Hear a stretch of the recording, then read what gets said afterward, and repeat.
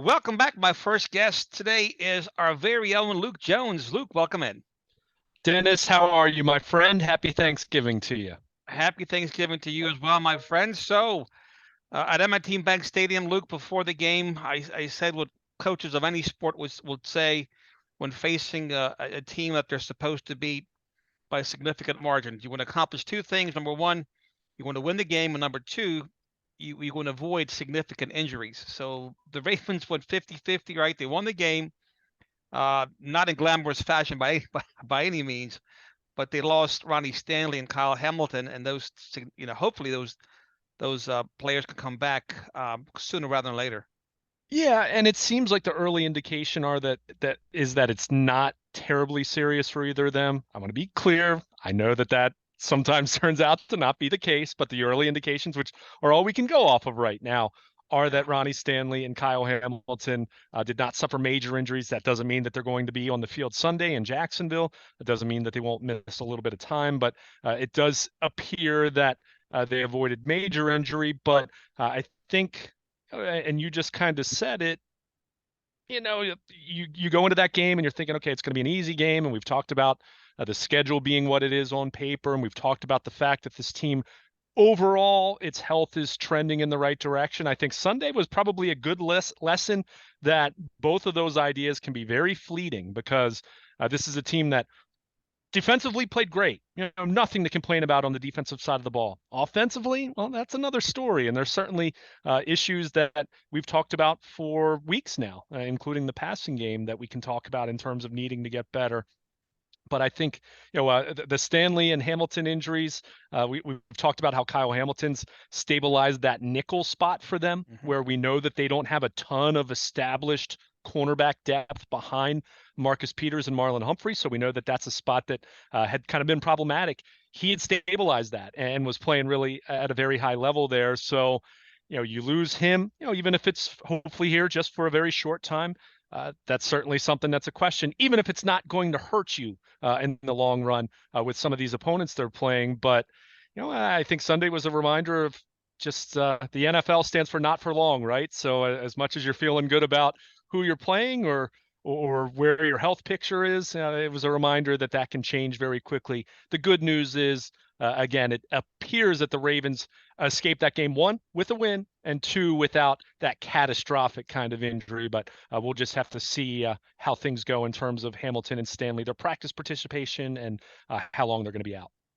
I was at the stadium Sunday at Luke, and I was watching your tweets as I always do, and I did a pro move, as Nestor would call it. I sold my tickets to the cold side of the stadium, and I bought tickets on the sunny side. And I'm telling you, I had to take clothes off. It was the difference between the cold side and the sunny side had to be about 20-25 degrees.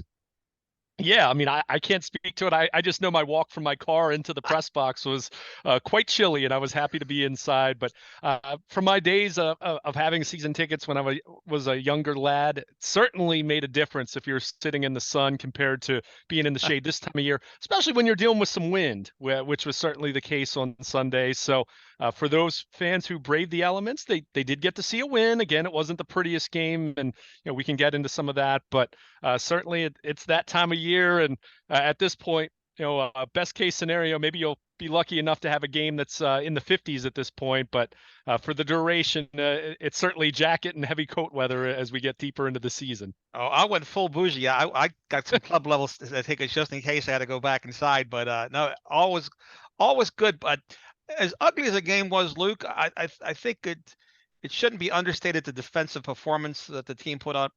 Deontay Foreman, 97 yards a game, average the last four games. Top of my head, 24 yards and 11 carries. I mean, the front seven, they were just completely dominant. Yeah, and frankly, Dennis, you want to see that. I mean, Carolina, this is a team that's already fired its head coach. They had already benched Baker Mayfield once. You knew that they wanted to run the football in a perfect world because they're not wanting Baker Mayfield to have to throw the ball 40 times. That's just, I mean, he's been one of the worst quarterbacks in football this year, regardless of what he might have been in the past. So for them to go out and play the way they did, that was encouraging. There's no question.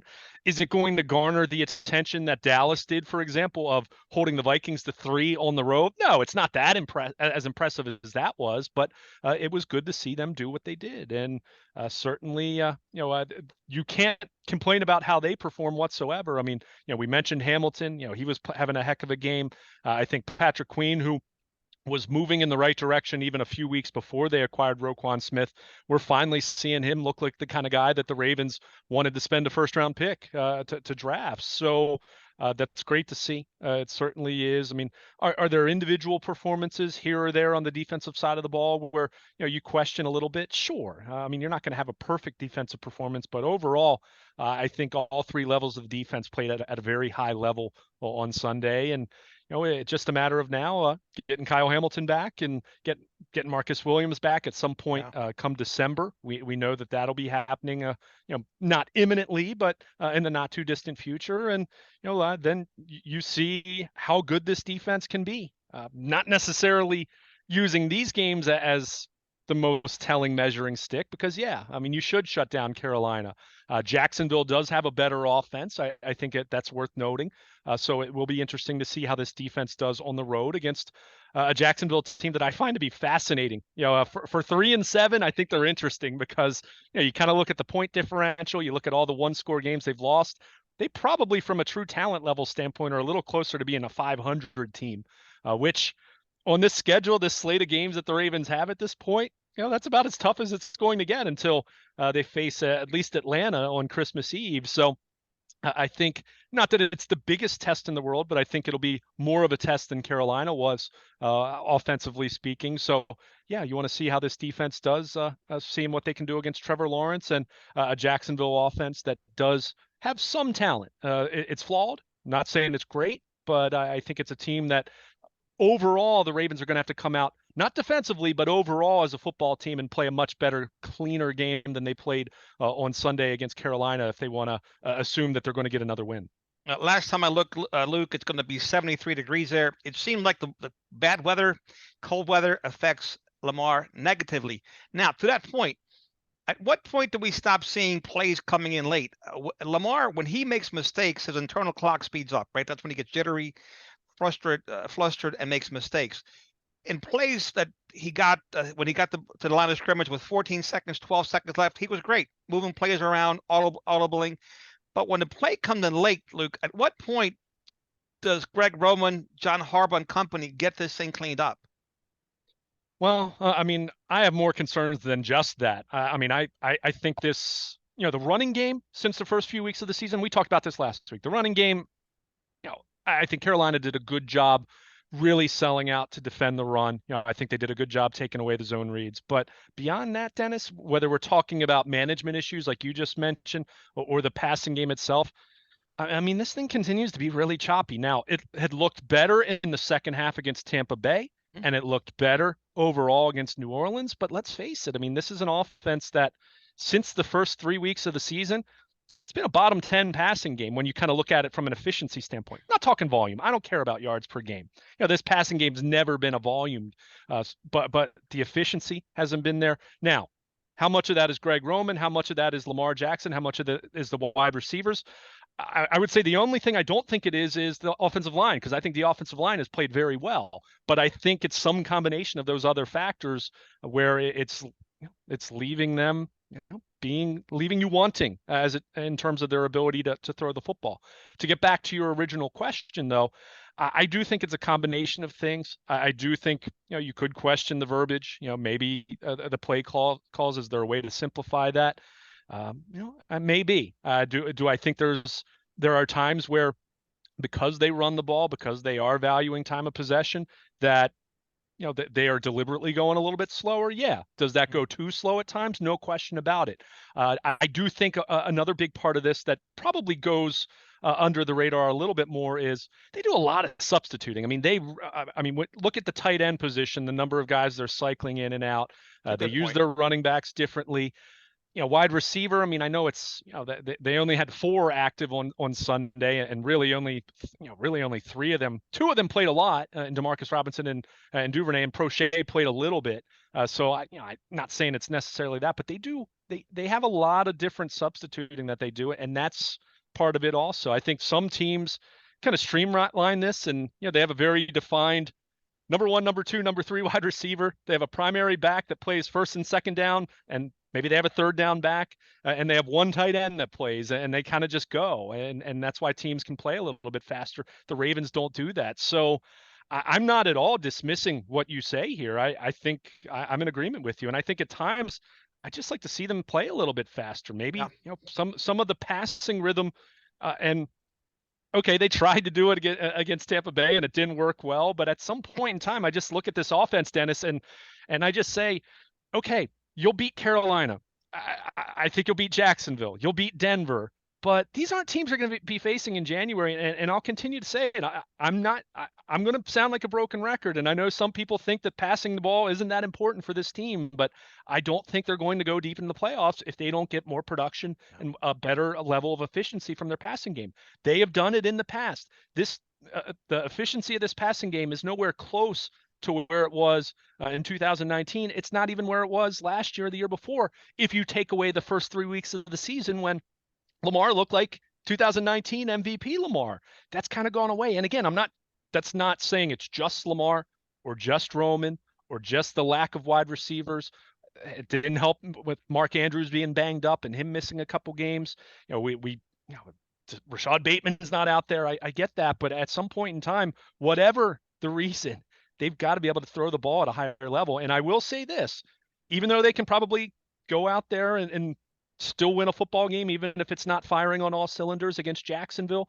But I'm looking at it right now, looking at Jacksonville's efficiency metrics. Volume-wise, they don't look terrible as a pass defense, but looking at their DVOA and some of those other quote nerdy metrics, they're not a good pass defense. So if there's a time that you can go out there, and I don't want to say you're just quote working on something, I don't want to be disrespectful, because people thought that against Carolina, and the Ravens were that Lamar throw that after the bad snap that bounced up into the air, if that ball gets picked and is returned the other way, Ravens are in big trouble over the last 8 minutes of that game. So that's how fleeting it can be. But this is a team that has really struggled as a pass defense that I'd like to see them be able to get things going a little more consistently in that way. And that doesn't mean Lamar throwing 45 times. I argue about this with Nestor all the time.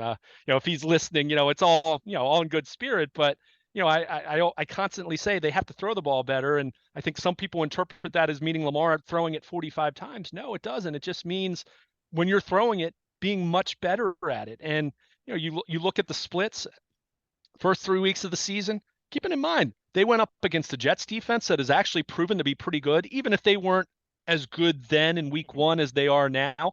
It's a Jets defense that's very playoff caliber, even if their quarterback isn't right now.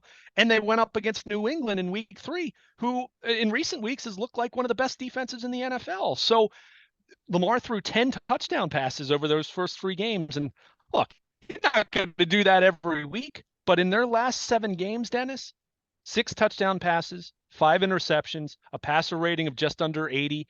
And even more concerning than that for me, a yards per attempt of 6.1. This is not a team that is able to throw the football down the field. And yeah, they're missing Rashad Bateman, and to go back farther, a Hollywood Brown who was able to provide that threat for them. So they're gonna have to find that. And look, I really liked what I saw from Demarcus Robinson. In an ideal world, he'd probably be my number 3 wide receiver, but it's where they are right now. So that was good to see. And I want to praise him because he had a heck of a football game for a team that wasn't doing a whole lot offensively otherwise. But at some point in time, for me to have a greater level of confidence about this football team as a whole, as it pertains to not just getting to the playoffs, because they're going to make the playoffs, and I fully expect them to win this division. We've been over that, so it's a matter of what they can do to actually advance and make that deep run. That's where I look at Sunday's game, and it's hard for me to look at that and say that that's a formula that's going to add up to making a deep run. Love what the defense has done. Don't get me wrong about that, but we've talked about this with the rules and everything in this league. I don't know if you can expect that defense to stop Patrick Mahomes or Josh Allen or Tua Tagovailoa that many times if you're not going to get more out of your passing game. And again, doesn't have to be Lamar throwing 5 touchdown passes, but certainly needs to be more efficient than what we've been seeing here more often than not over the last 7, 8 games. Well, there were certainly shades of the 2000 Ravens defense, not to make a direct comparison, when Marlon Humphrey says if they don't score, well, we can't lose, right? That's that. Yeah. They took me back 22 years when I heard that. But with that aside, Tampa Bay's pass defense, they weren't suspect. They had 3 starters out, right, in the secondary. Ravens threw at them 30 times in the first half. And couldn't and got nowhere with it, right? Well, but at the end of the game, though, 10 different receivers had caught the ball, and I believe Mark Andrews didn't play that game. I think he was hurt, right? Hurt in the first half, yeah. The first half. In this game, I mean, okay, Robinson had a lot of receptions. Was Duvernay double covered? Was Prochet double covered? There had to be players open on the field that either Lamar didn't see them or maybe they couldn't gain separation. But I would think there were more. There were some yards left on the field. I got that there were 3 passes dropped by receivers that Lamar threw to. But I'm with you. I think I've said it all along, and I don't think it's a stretch to say it. This team will go as far as the offense is going to take them. Defense is very good. Special teams is very good. But that offense has to be better going on the road against the teams you just mentioned. Yeah, and I mean, I'll say this much. I think, what you mentioned as far as receivers being open, probably a little truer for me in some of these other recent games, and maybe Lamar wasn't as sharp in those games. I don't think Lamar was terrible throwing the football. I don't think there was a whole lot there on Sunday. And whether, I mean, here in my 5 predictions for Sunday that I wrote at BaltimorePositive.com, I actually predicted thinking we might see breakout performance would have been strong, but a notable performance from James Prochet.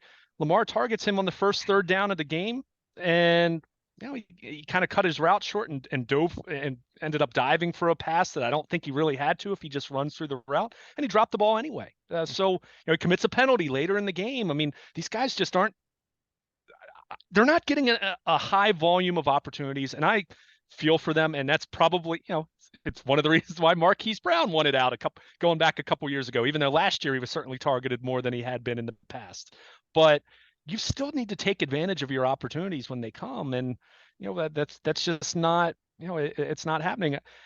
Duvernay, I don't understand, even if he's not being targeted as much, how he's not getting, a few more carries with some jet sweeps and things of that nature. I mean, and Greg Roman's even said as much. John Harbaugh did make an interesting comment in his Monday press conference of, if you recall, there were some times where he motioned across the formation and Lamar, had a zone read, mesh point where he would end up keeping the ball. And Harbaugh even acknowledged there were some times that Duvernay should have gotten the ball. So, whether that's on Lamar or whether they're saying it's on Lamar, but maybe they're instructing him not to hand the ball off. Who knows? I don't think you're going to get a definitive answer there, but we've seen him be able to make some plays when he has the ball in his hands. It's just, again, I look at this offense, Dennis, and it's not the Chiefs, and I get they have different personnel, but no. I don't recall any deep passes Sunday, unless I missed.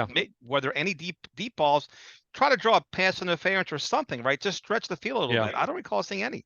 Yeah, I mean, they threw. I mean, they pushed a few of them down the field, but were they, quote, deep balls in the way that you think of a 40-yarder? No, I mean, Lamar had likely open in the back of the end zone, and that was a high degree of difficulty. But that one was a little more. That had some air yards under it.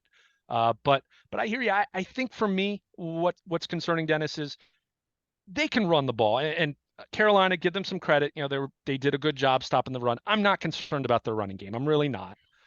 But I feel like this offense, as much as we talked about trying to draw the comparisons to 2019, I feel like this offense, from a practical standpoint, and it's not for the same reasons, because in 2018, Lamar Jackson was a rookie. Yeah. But I feel like how they're profiling is almost looking more and more like 2018. And I don't think that's not a place where you want to be. I don't think that's going to hold up well, unless this defense is historically great, which I'm not ready to crown them just yet with that, although certainly I'm very encouraged by what the defense has done. So, I'm just going to keep saying it, and people will keep looking at the overall numbers. they are very much buoyed by the top three or the first three games of the season at this point. Yeah. I read off the numbers. I mean, Lamar's individual statistics and this team's statistics passing wise as an entire offense since, going back to week 4, it's been below average. So that's where I keep looking at this thing and, what's going to give. And, you mentioned the pacing. I mean, there's a lot to this offense right now that elements I like. Again, the offensive line, to me, they've got that part solved, especially if Stanley comes back. If he misses a game or two, that's not the end of the world. You've got Patrick McCary, but as long as he's healthy for the stretch run in January, you've got that piece figured out, which was a big problem for them the last couple of years. So that's been good. But at wide receiver, it's less, it's a lesser group than it had been the last couple of years. And we were debating whether it was good enough 2 years ago or last year, let alone talking about it now. So you have that piece. And, I think with Lamar himself, he's having a terrific year. It's not as though he's been bad. I don't want to say he's, having a bad year. But, again, since week 3, the passing numbers certainly would not have him in the MVP conversation, which is kind of why he's kind of fallen back to, I don't want to say the pack, but he's probably like 5th or 6th if you want to kind of look at the pecking order now, at least looking at the odds that as Vegas likes to put out every week. So, I'm sure Patrick Mahomes is number 1 with probably a long slide to number 2. As he should be. Yeah, at this point, he is phenomenal. He's a phenom. There's just no two ways about it. He's the only quarterback in the league I trade Lamar Jackson heads up for, by the way. And that's not being disrespectful to Lamar.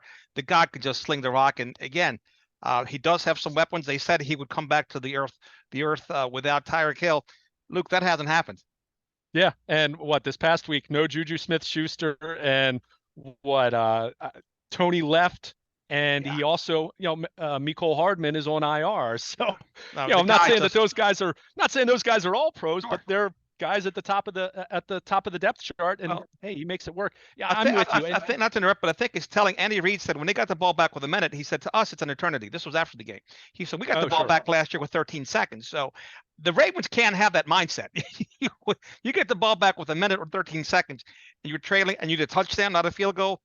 That's a tall order with this offense that's constructed, particularly at wide receiver, which I think is your point.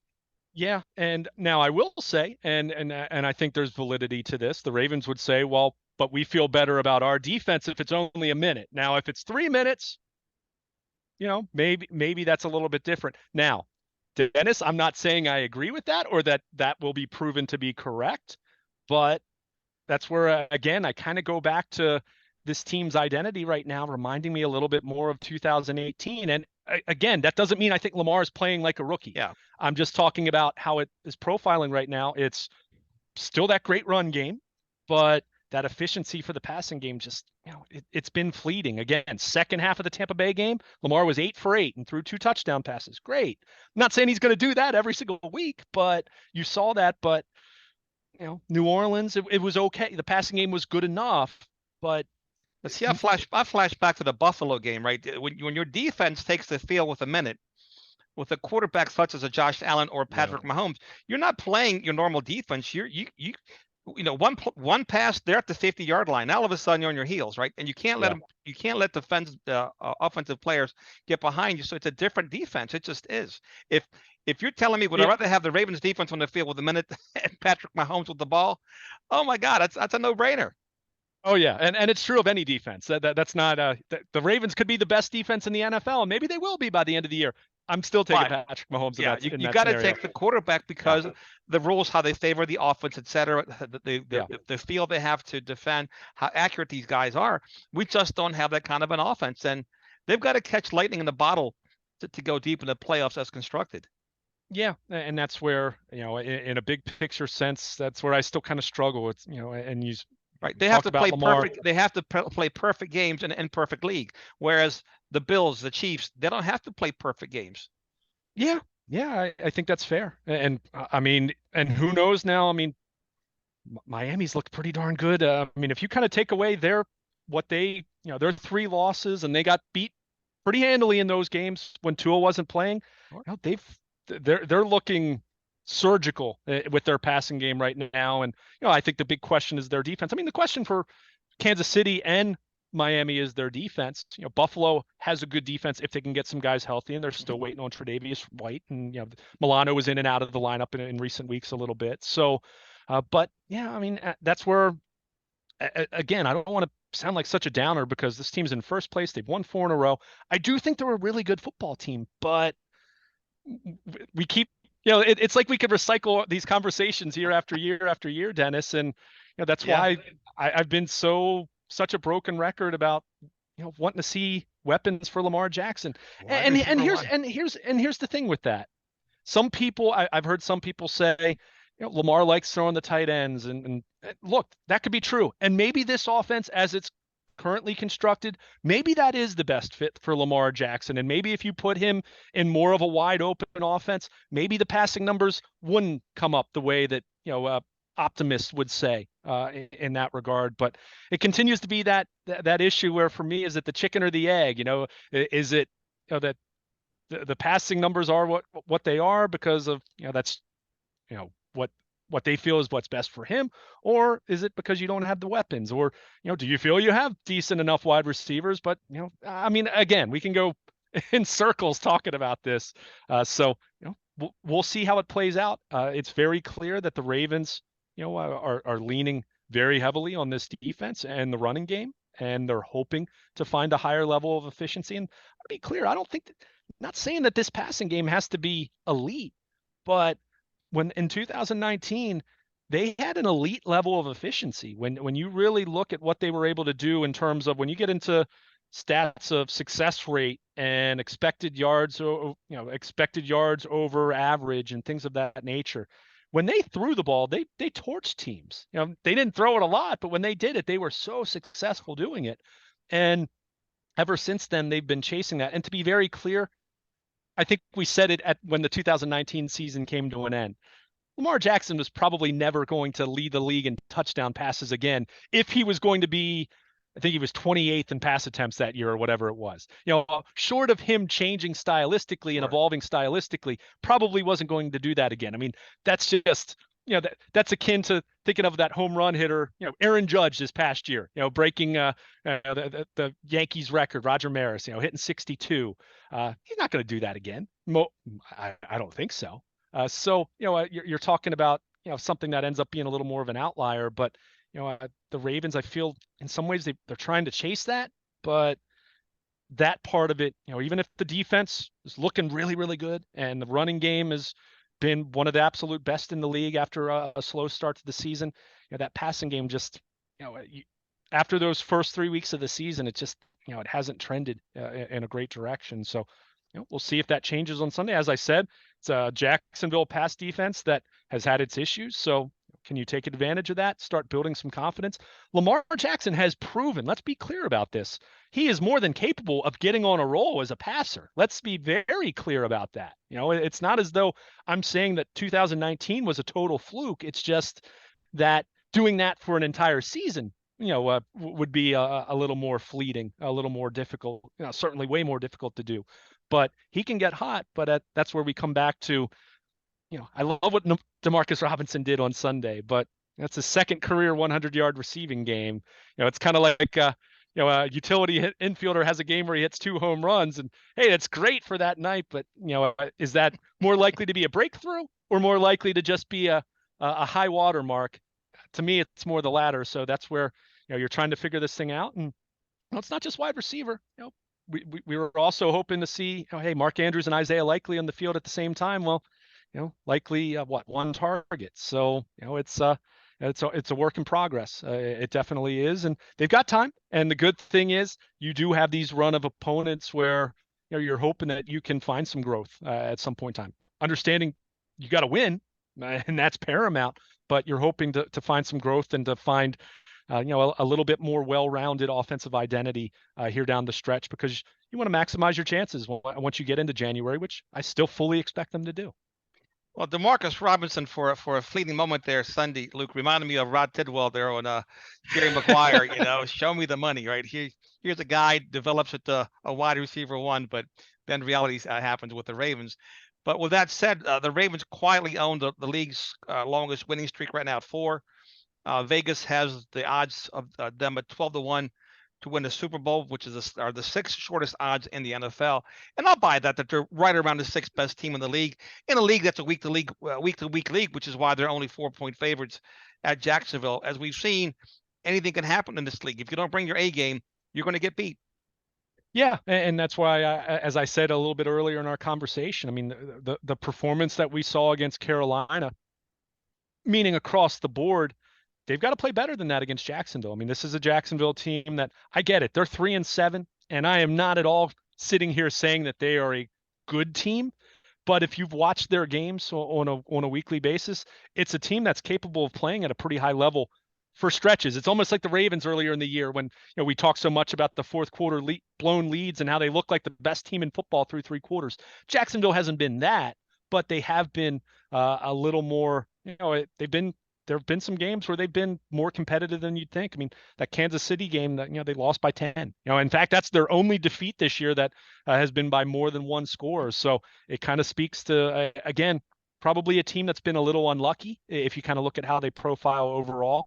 Probably a team that's a true talent level, probably closer to being a little more like 5-5, which, I mean, that's certainly when you're going on the road and playing a team that does have some good young players. And I think they're still trying to figure out exactly what they have with Trevor Lawrence. I think he looks good at times and other times not so good, which is pretty typical for young quarterbacks, who don't take the league by storm like Patrick Mahomes or Lamar Jackson. He's probably been more Josh Allen in that way, who was uneven his first couple of years. So, so I think it is a case where Ravens need to go to Jacksonville, got to figure out a way to start faster. I mean, that offense was, including the running game, was pretty PU until until that final 2-minute drive, which of the first half, which even that was really choppy and not a smooth operation by any means. So they got to figure that out, and you hope that the defense continues to build on what they've done. We've spent a lot of time talking about the offense, and look, offense, as we mentioned,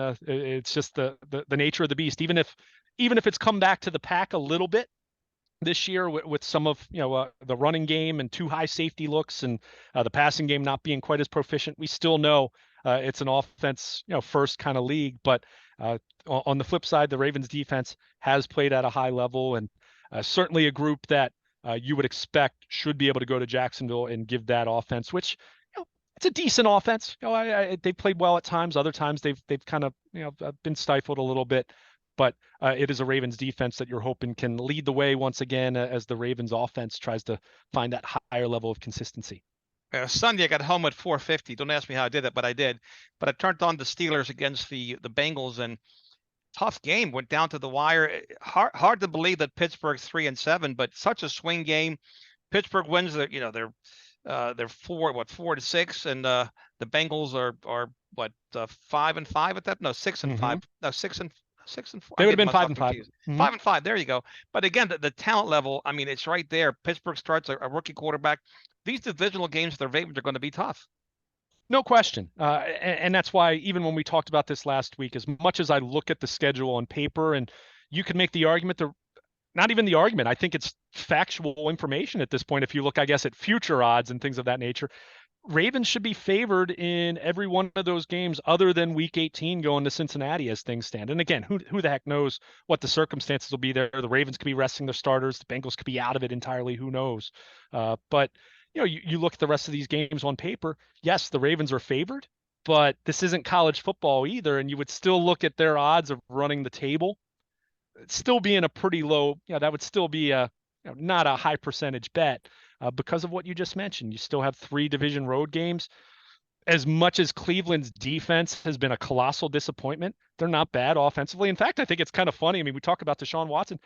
We said this during the first Browns game, and Jacoby Brissett's quietly had a pretty respectable season. I don't think he's gotten enough respect as far as what he's done in a circumstance where he knows he's just Deshaun Watson's placeholder. But put it this way, the Browns are 3-7. I think Jacoby Brissett is nowhere close to the top of the list of reasons why. I think it's mainly been their defense being so lousy. But it's in Cleveland. You know how that fan base feels about the Ravens. It's their Super Bowl every year if they can beat the Ravens. So, and is that game going to be a Saturday night game or a Sunday game? Remember, that's the flex weekend that the Ravens could be a Saturday night game going to Cleveland. So, between that, as you mentioned, Pittsburgh, I think they're probably disappointed about how their defense played, with TJ Watt being back. I mean, they didn't offer a whole lot of resistance against Cincinnati, but there you go again, talking about good offense beating good defense, even though I wouldn't say the Steelers have been good defensively, but they expected to be better anyway. But Baltimore, Pittsburgh. We remember Ryan Mallett. We remember Charlie Batch. So it's happened on either side of the aisle. We got him back. We got him back. The Yeah. Charlie Batch loss was really bad, and I'm sure the Ryan Mallett was as bad for them. No doubt, but that just speaks to what I can remember. Duck Hodges taking the Ravens to overtime 3 years ago before the Ravens ended up winning on a field goal. So you just don't know. And again, that Week 18 game, I think with Cincinnati, the Bengals are going to have to do really serious work to be in a position where that game is for the division. If they are, then that's where you watch out, because that means the Bengals have gone through not a schedule like the Ravens have, but they've got a gauntlet. Yeah. So they will be tested then. And I still think it's a good Cincinnati team. I just think what really hurt them is they needed to be better than 5-4 through their first 9 games. When you kind of look at the schedule, they dropped a couple, they dropped the opener to Pittsburgh where Burrow turned it over, 5 times. They just had an awful game there, and they lost what? They lost to Cooper Rush, didn't they? I think they did. And the Jamar Chase injury hasn't helped them, and that hasn't helped them either. He's a superstar. So. Yeah, but there's a case where I think it's interesting. The Bengals might be almost as good as the Ravens, or as good as the Ravens, but do I think they're going to have as good of a record as the Ravens by season's end? No, I don't, because they those 2 losses early on. And I'd be remiss if I didn't mention that absolute stinker they had at Cleveland. There you go again, another AFC North road game, that just an absolute clunker of a game they had at Cleveland back on, what was that, Halloween, where they just got embarrassed. So, but who knows what's going to happen on Week 18? Ravens could be playing for the number 1 seed. They might still have a chance there, or they're trying to get a certain seed to avoid Pittsburgh or not Pittsburgh, to avoid Buffalo or Miami in the first round. Who knows? They're going to need that number 1 seed. Believe me. If they want to help themselves, that home cooking would serve them well. Yeah. So there's still so much that can happen. And again, we come back to the lessons learned this past Sunday against Carolina. Hey, I picked 31-13. It again shows I don't know what I'm talking about. Just like no one does. I thought it was 37-13. So I was right there with you. I didn't expect much from the Panthers. Although I will say this, I mean, who would have thought I would have been too high on both teams? The Ravens scoring way too many points, and hey, the Panthers, the way that game was going, I mean, and short of them having a special teams or defensive score, they were never going to sniff 13. They weren't scoring.